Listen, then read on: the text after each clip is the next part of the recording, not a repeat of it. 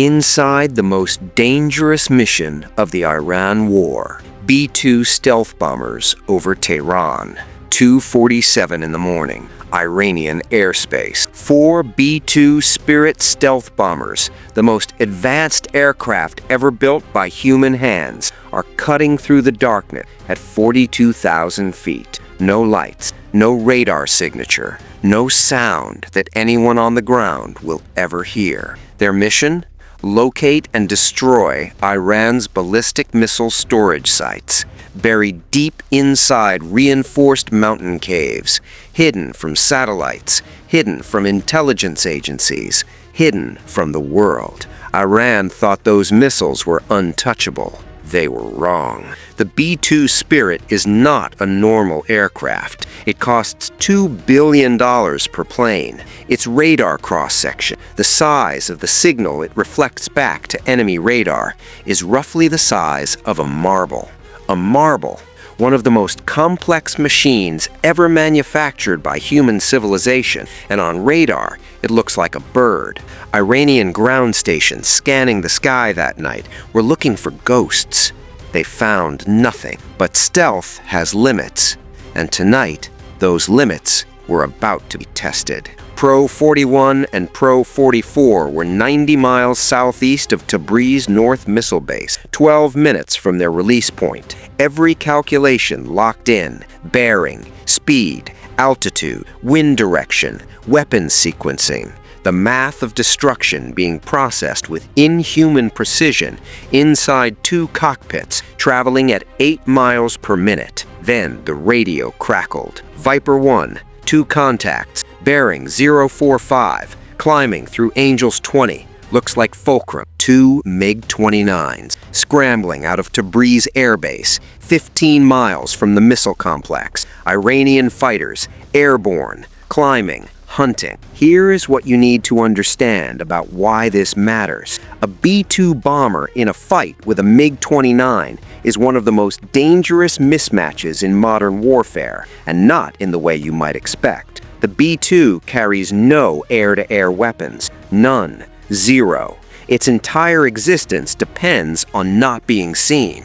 Iranian ground radar searching for a B-2 Spirit is like trying to find a specific grain of sand on a beach at night. The stealth coating, the curved surfaces, the radar-absorbent structure, all of it reduces the aircraft's signature to almost nothing. But the MiG-29 carries something that does not care about radar cross-section: an infrared search and track sensor, IRST. It does not look for radar reflection, it looks for heat. And 4 General Electric F-118 engines pushing a 150-ton aircraft through thin, cold air at 42,000 feet are not cold. If those MiGs close to within 30 miles, they might detect the thermal signature of the B-2s through their heat sensors alone. Might, a word that B-2 crews are trained to hate. That is why they brought the F-22 Raptor, call signs Viper 1 and Viper 2, the most capable air superiority fighters ever built.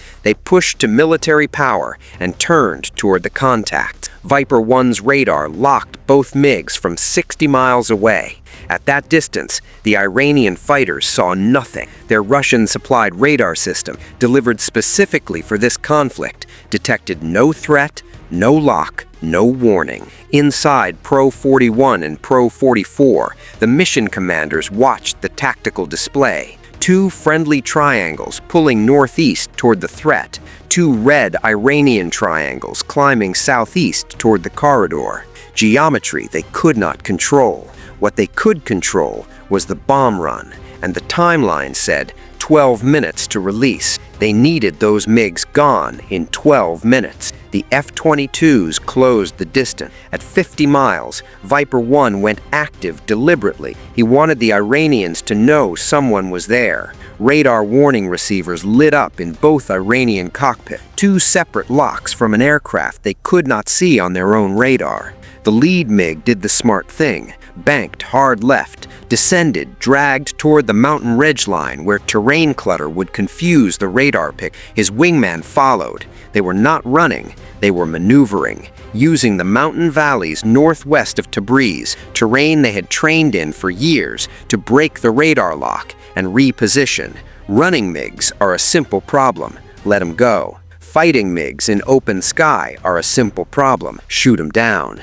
MiGs that hide in terrain clutter and probe back toward the corridor every few minutes, that is a cat-and-mouse game that burns time. Time that Pro 41 did not have. 6 minutes to release. Viper 2 picked up the Iranian wingman. A brief infrared bloom as the MiG's engines reheated coming out of a valley turn. Bearing 025, 15 miles, climbing, making another push toward the corridor. Viper 2 rolled in and took the shot. An AMRAAM screamed off the rail, accelerating to Mach 4. Seeker locked. At 15 miles, this should have been a formality. The Iranian pilot saw the launch warning and did the one thing that could save him. Rolled inverted and dove straight into a canyon. The valley walls swallowed him. The AMRAAM Seeker lost the return in the ground clutter, and a missile that costs more than most people's houses met a mountainside instead of a MiG.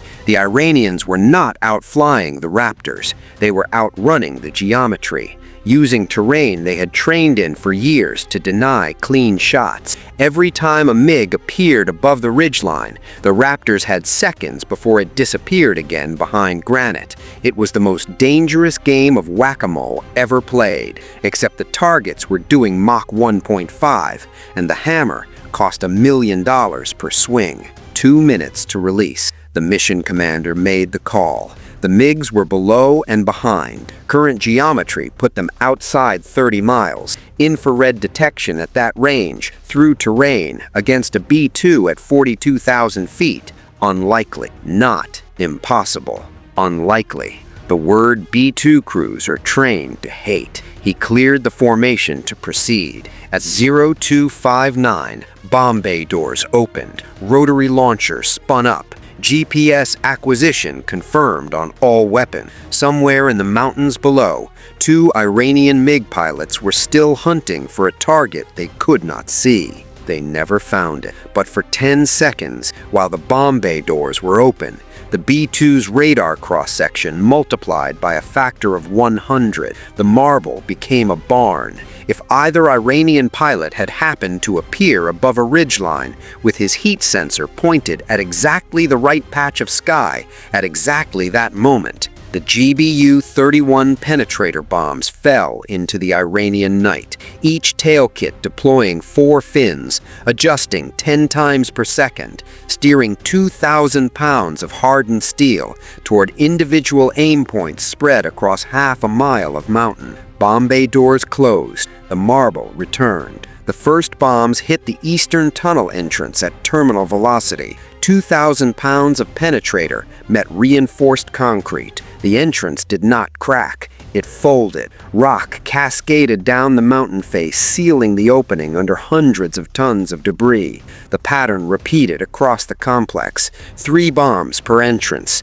The ceiling hatches, designed to open upward, collapsed downward as the penetrators punched through and detonated inside. Pro 41 and Pro 44 turned west. 14 hours of flight left. Behind them, the mountain still settling, and somewhere in the valleys below Tabriz, 2 MiG-29 pilots were circling over a target that no longer existed. 600 miles south, Pro 42 just flew into a situation that stealth alone could not fix.